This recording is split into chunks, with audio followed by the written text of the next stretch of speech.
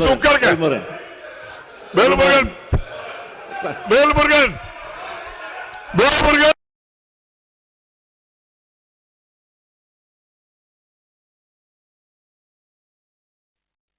சொல்றோம். இல்லை, அதில் வேல்முருகன் பேரையை இணைத்துக் கொள்ள வேண்டுகிறேன். மாண்புமிகு பேரவைத் தலைவர் அவர்களே, அவரும் விதி 55 கொடுத்திருக்காங்க. அவங்க பேரை நான் சொல்லிடுறேன். அண்ணா நகர் வழக்கை பொறுத்த வரைக்கும் 10 வயது சிறுமி ஒருவர் பாலியல் வன்கொடுமை செய்யப்பட்ட தொடர்பாக அண்ணா நகர் அனைத்து மகளிர் காவல் நிலையத்தில் வழக்கு பதிவு செய்யப்பட்டு அவருடைய உறவினரான இளஞ்சிறார் ஒருவர் கைது செய்யப்பட்டார்.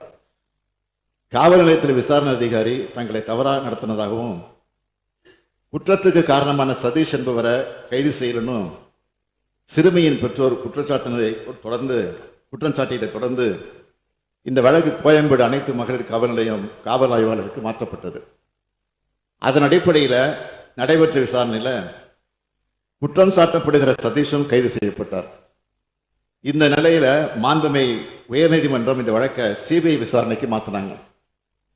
இந்த உத்தரவை எதிர்த்து காவல்துறை செய்த முறையீட்டில் சிபிஐ விசாரணை தேவையில்லை என்ற முடிவுக்கு வந்த உச்சநீதிமன்றம் தமிழ்நாடு காவல்துறையிலிருந்து 3 IPS அதிகாரிகள் கொண்ட சிறப்பு புலனாய்வு குழுவை நியமித்து விசாரிக்க உத்தரவிட்டாங்க.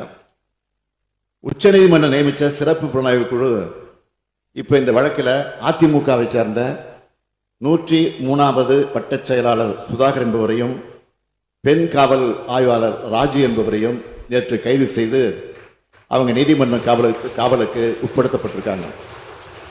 சுதாகர் அதிமுக வட்டச் செயலாளர் பொறுப்பில் இருக்காரு. அவரையும் காவல்துறை கைது செஞ்சிருக்காங்க. காவல் ஆய்வாளர் பொறுப்பில் இருக்கிற ஒருவரையும் கைது செஞ்சிருக்காங்க.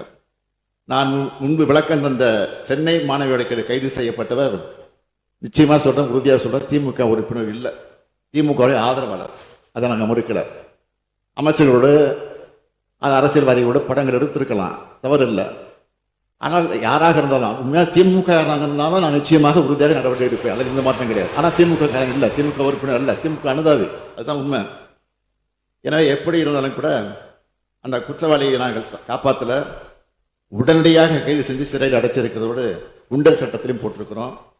என்னுடைய அரசை பொறுத்த வரைக்கும் எந்த கட்சியாக இருந்தாலும் எந்த தனிப்பட்ட நபராக இருந்தாலும் சரி, ஏன் காவல்துறையாக இருந்தாலும் சரி, பெண்களின் பாதுகாப்பு தான் முக்கியமே தவிர நாங்கள் எதையும் எதிர்பார்ப்பதில்லை.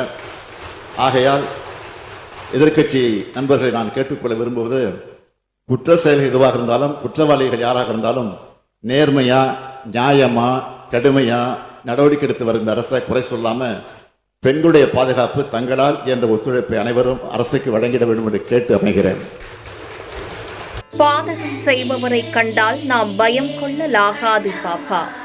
மோதி மிதித்து விடு பாப்பா, அவர் முகத்தில் உமிழ்ந்து விடு பாப்பா. அண்மை செய்திகளை உடனுக்குடன் தெரிந்து கொள்ள இணைந்திருங்கள் எம் நாடு தொலைக்காட்சியுடன்.